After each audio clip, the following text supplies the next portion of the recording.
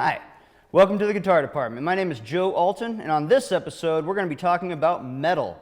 We're going to talk about some early metal progressions, some metal riffs.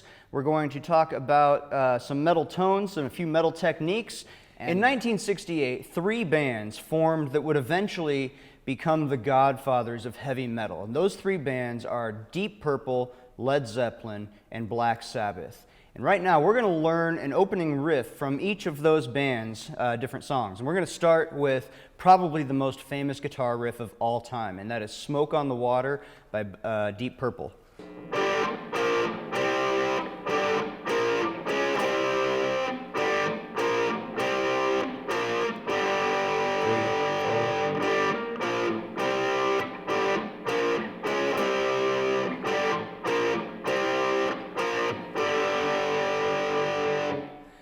That riff is probably the most famous guitar riff of all time. And I say that because almost all of my students recognize it as soon as they hear it. They might not know the band or the name of the song, but as soon as you get those first three notes, almost every one of my students ever has recognized it. So, in order to play it, you have a few options. The notes you're going to play start on the third and fourth strings. You're going to take your pick and you're going to sort of angle it away from your body, sort of down towards the floor. And then instead of being an elbow motion, it's going to be a flick of the wrist. And when you first try that, you're most likely going to hit the string underneath, the second string. And that's okay when you're starting to practice this. But over time, you start to flick a little more outwardly. And you'll learn how to hit both of those strings at the same time without hitting any of the other strings. And they start out just open, so it needs to be as accurate as possible. From there, it becomes a little bit easier. The next set of notes are on the same strings, and they are both three. They are both on the third fret. So what you're going to do is either take your pointer finger and flatten it across both of those strings like this, or if you find that to be a little too difficult, you can use two fingers and play them each on an individual string. So I've got my pointer finger on 4 and my middle finger on the third string, third fret. And you can see the sound is the same either way. And there isn't really a rule as to how this song is played. Almost everybody plays it differently or plays it to however is convenient for them. There's several ways you could play it. As long as it sounds right and it doesn't hurt, you're doing it right. So we've got our 0, our 3, and then our next set of notes is 2 frets higher on 5. And again, you can either use 2 fingers like I've done here, or if you're using your pointer finger,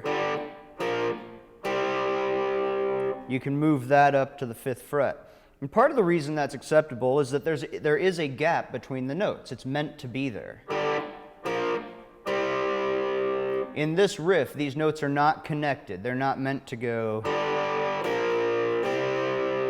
like that. They're meant to have little gaps between them. And that's your first set of 3 notes, 0, 3, 5. The next set, all on the same strings, the third and fourth strings, are going to be 0, 3, and then 6, 5.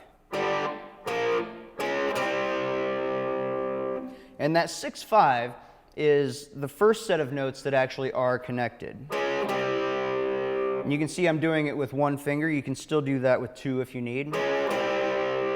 Or, if you're able to, you can flatten a second finger across the 6 and use the pointer finger on the 5. All of those options are acceptable. So, 0, 3, 5, 0, 3, 6, 5.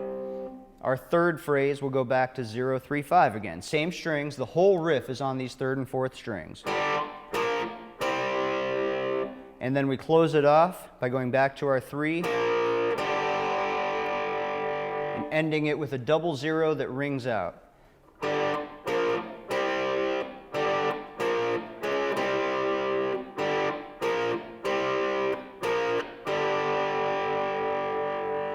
Next, we're going to take a look at Sweet Leaf by Black Sabbath. To play this song, you're going to start with a power chord on the 5th fret of the top string, which means that we're going to put our pointer finger on the 5th fret of the top string, and either your pinky or your ring finger on the 7th fret of the 5th string. We're going to start with that chord, and then we're going to move it down one string so that our pointer finger's on the 5th fret of the 5th string, and our ring finger or pinky, whichever you'd prefer, is on the 7th fret of the 4th string.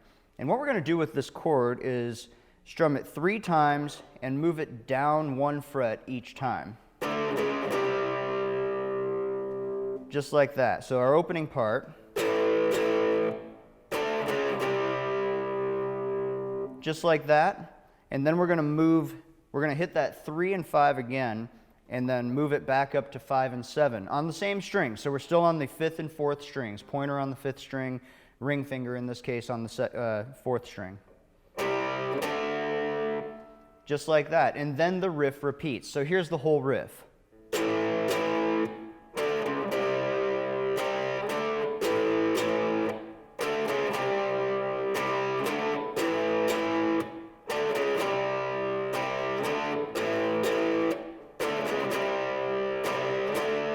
Next, we're going to take a look at a very famous Led Zeppelin riff. Now, Led Zeppelin was one of the champions of hard rock, and they eventually became one of the godfathers of metal. And this riff is one of their most iconic riffs. It's called Whole Lotta Love, and we have a couple different elements here. Here's the entire riff.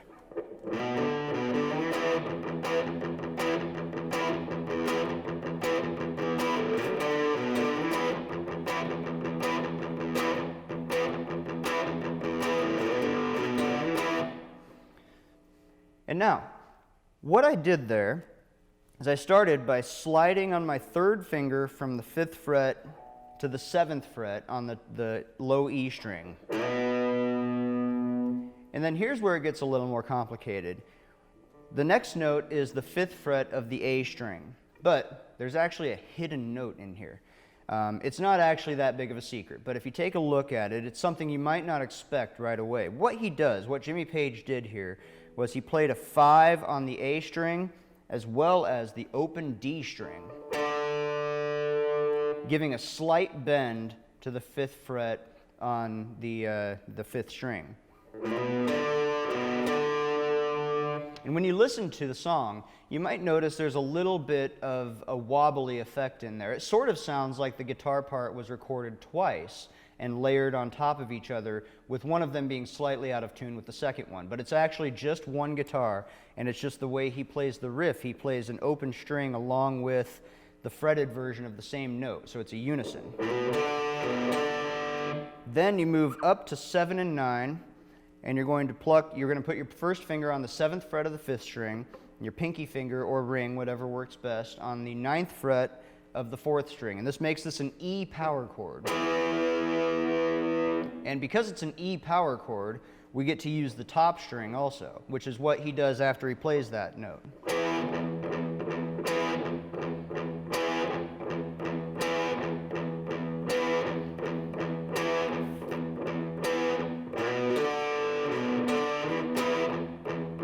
So he plays the 7 and the 9 and then stops it just by releasing the pressure off of the fingers. There's no right hand stop. He just sort of lets go of the strings. Doesn't let go entirely because that would make some open strings ring out like that. So he controls the noise by keeping the fingers on the strings, and then his right hand is going to touch the strings with a technique called a palm mute. Palm muting is a very specific technique, and it's used all the time in metal and all the offshoots of metal, hard rock, grunge, and so forth. You'll use this all the time. What he's doing, just sort of placing this part of his hand, the palm of his hand, on the active part of the string, the part of the string that vibrates. Just enough to make the note mute ever so slightly. Now, this is a very easy technique to do wrong. So the quick guidance here would be that if you are too far back, if your right hand slides too far away from the active part of the string, you just won't have any mute at all. And And if your right hand is too far onto the active part of the string, it actually changes the pitch of that note and alters the sound of this note that you're playing. So what I would recommend is that you keep the palm of your hand about a finger's width from the edge of the bridge. If you put your pointer finger there, your palm of your hand shouldn't exceed any further than that. It shouldn't go onto the string any further than your finger could reach while still touching the part of the bridge where the string is touching. If you keep your palm there, you get a nice deadened sound by the note.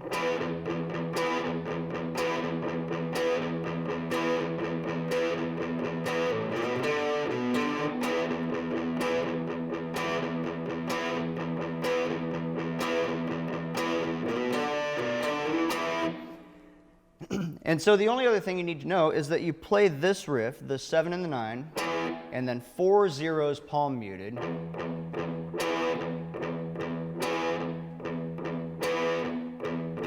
You do that 6 times. 1, 2, 3, 4, 5, 6. And then the 7th time, you're going to hit the chord and just 1 palm muted 0. So that time you don't do 4 palm muted zeros. And the reason you only do 1 is that you're going to jump back to that 5th fret to slide back into the 7 for the beginning of the riff again.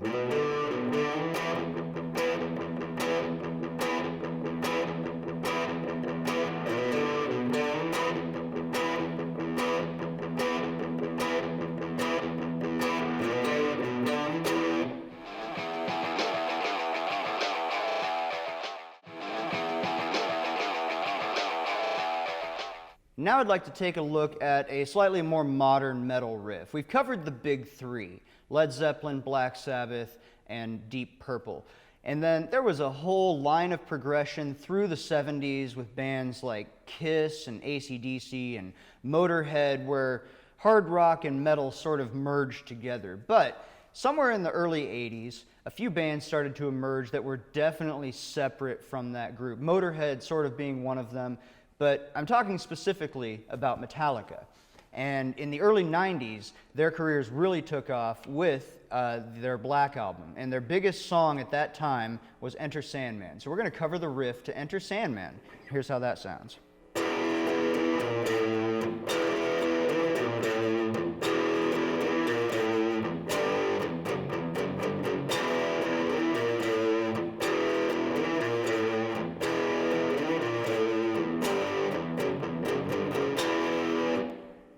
So, in order to play that riff, you have to first start with what they call an open E power chord, which is one of the most common chords in all of metal, or rock for that matter.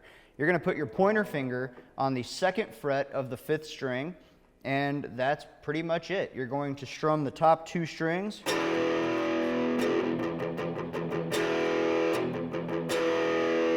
And if I just do that, it immediately sounds like a metal song. Maybe not a specific metal song, but it sounds like I'm playing heavy metal. So what Metallica did is they play that chord twice. And right after that second one, he's going to grab the 4th fret with the ring finger and slide from that into the 7th fret on the 5th string. Now, there's a lot going on there, but one of the harder parts of this is not just grabbing the 4th fret and sliding to 7 in one quick shot, but also muting the top string along the way. You'll notice my middle finger sort of drags along that string. Now, there's a lot of different ways to mute a string, so if you find something that works better for you, by all means, try that. But what I'm doing is sort of putting down my ring finger and my middle and sliding on up like that. And it works out because of the next note, which we'll talk about here in a second. So after you hit the 7, you're going to go to your middle finger on the 6th fret of the top string, and then your pointer finger on the 5th fret of the top string. So we get this.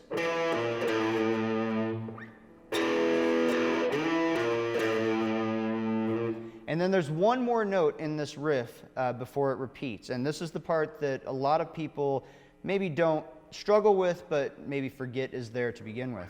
And that is a palm muted 0. Just like that, before the whole thing repeats.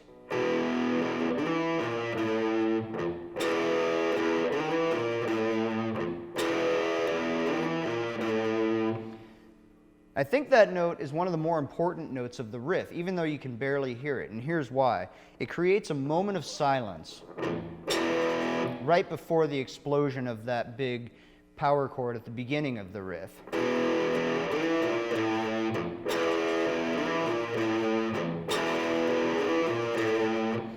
You're going to play that riff 3 times. Chord, chord, slide, 6, 5.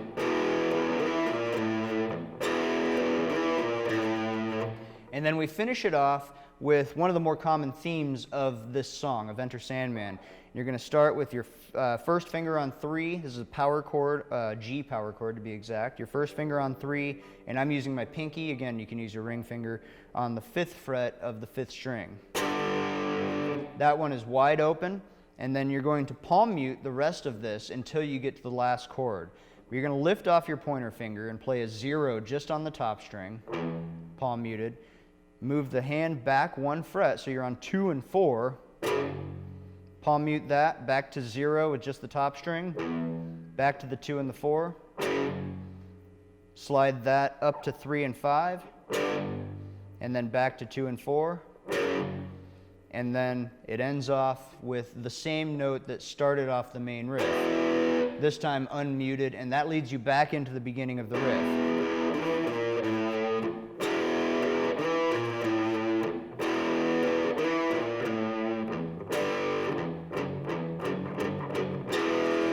So once again, that ending part, 3 and 5, and 0, 2, 4, 0, 2, 4, 3, 5, 2, 4, 0.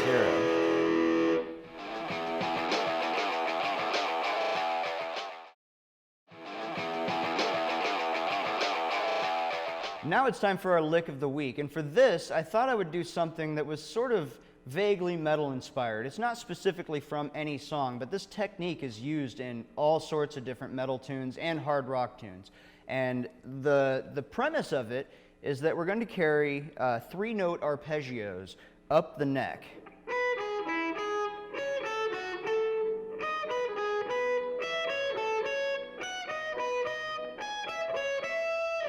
And we're going to stop there at the 12th fret. Now this happens in the key of E. So if I hit my open E string,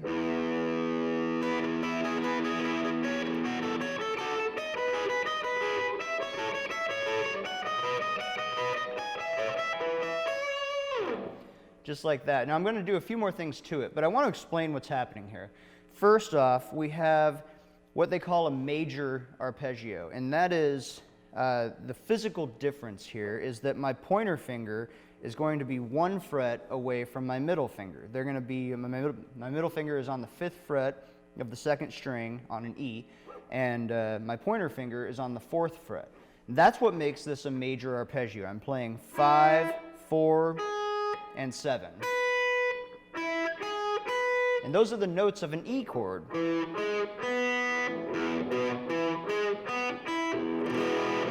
So if I play it over an E chord, it works out pretty well.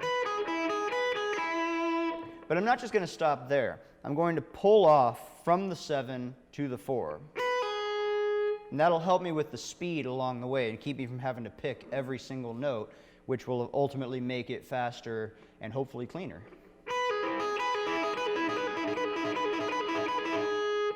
So that's what it looks like in one position. Now our second arpeggio here, each one of these is its own arpeggio, and they're all in the key of E, but they don't necessarily all go over the same chord.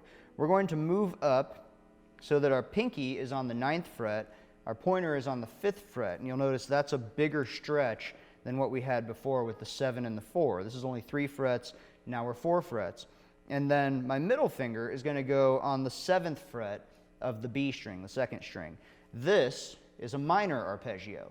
So if it were major, my pointer finger would be here on the 6th fret.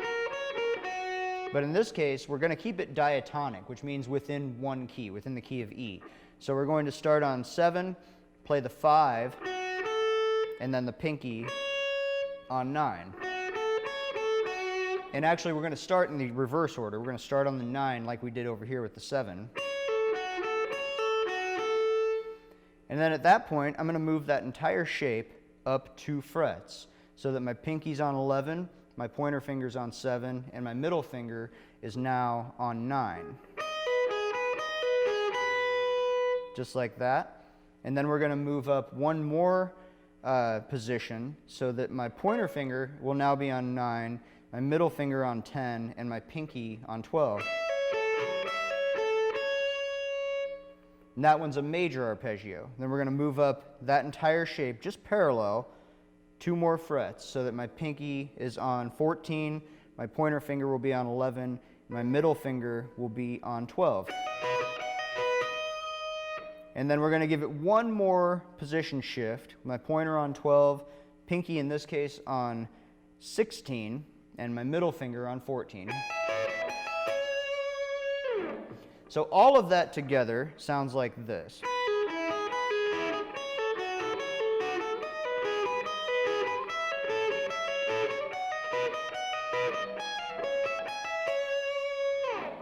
Notice that I'm letting my pinky dictate the change. Of every time I shift, my pinky is the first note. There's a lot of different ways to make that shift. So as you're experimenting with it, you can experiment with doing it with the pointer finger.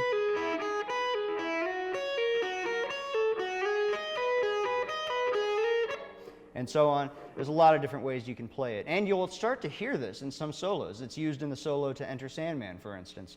Not this exact progression, but a little bit higher up, he does something very similar. So one more time, the whole lick.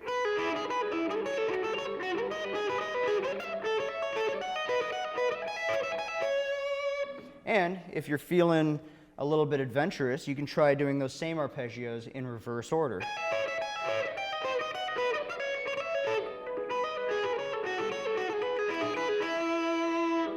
And that's our lick of the week.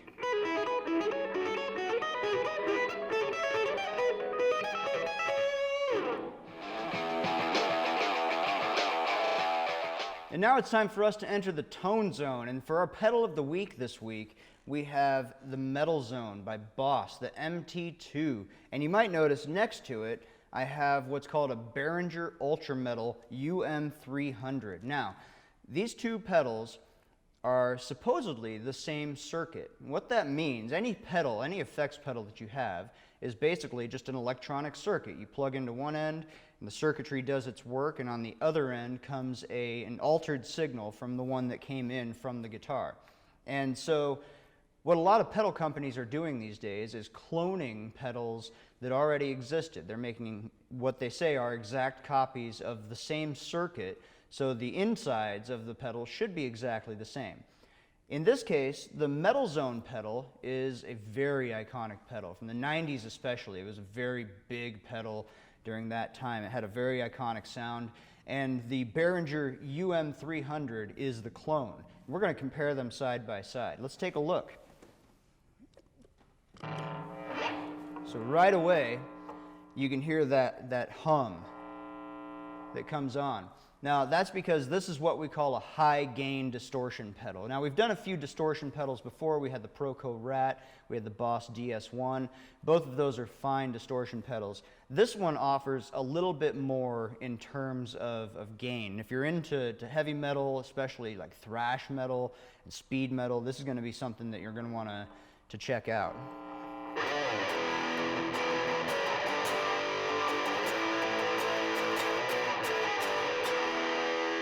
Let me flip that to my neck pickup here, give it a little bit more low end.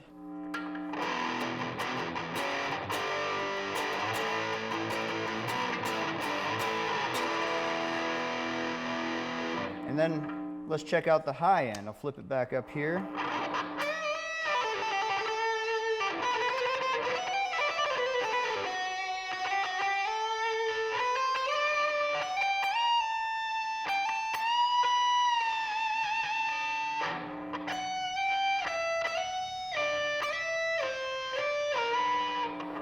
So that's got a nice crisp high end on it. You can hear that piercing through, and you can hear as soon as I stop playing, that buzz comes back in, that hum. And that's just the sensitivity of the guitar.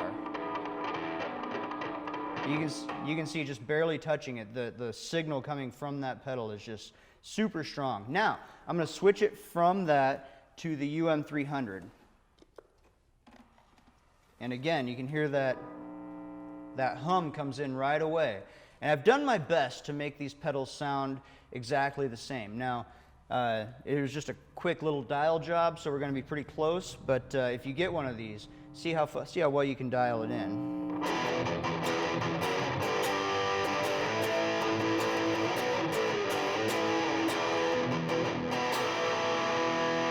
Switch that to the neck pickup and see how that sounds. Now the neck pickup is going to give me a little more low end, as I said earlier.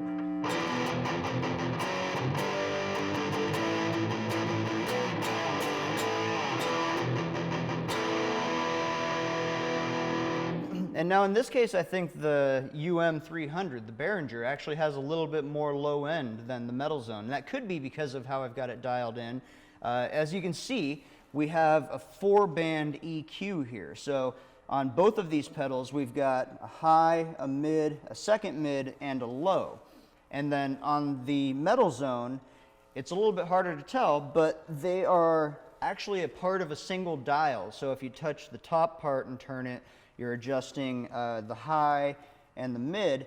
And if you touch the outside of it, you'll be adjusting the low and the low mid. So they have a different number of knobs, but they actually have the same orientation as far as what the knobs do. Let's check out the high end on this one real quick.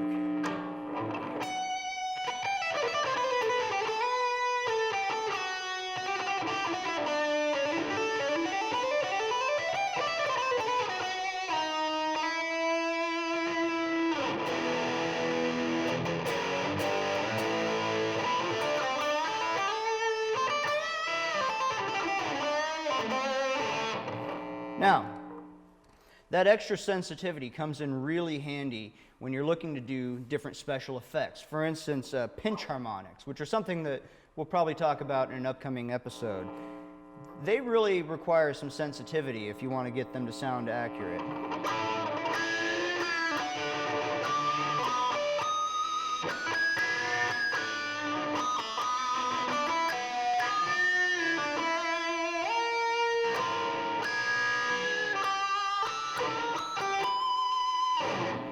You can hear those squeals in there. Those are pretty tricky to get anyway. It's a tricky technique, but with the extra distortion, it makes it a lot easier. Let's flip it back to the Metal Zone.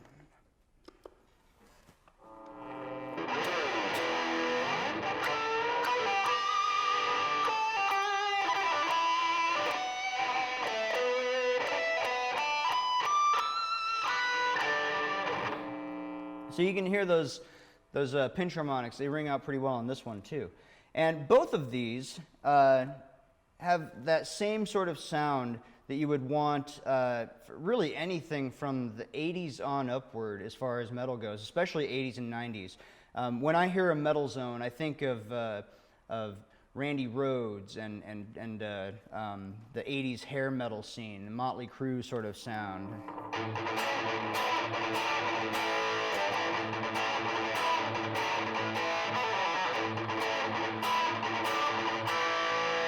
Where it just sort of sounds like it's on the edge of just exploding with this harmonic overtone series, and just with that heavy sort of in-your-face distortion. So that's our pedal of the week, the Boss Metal Zone MT2 and its clone, the Behringer Ultra Metal UM300.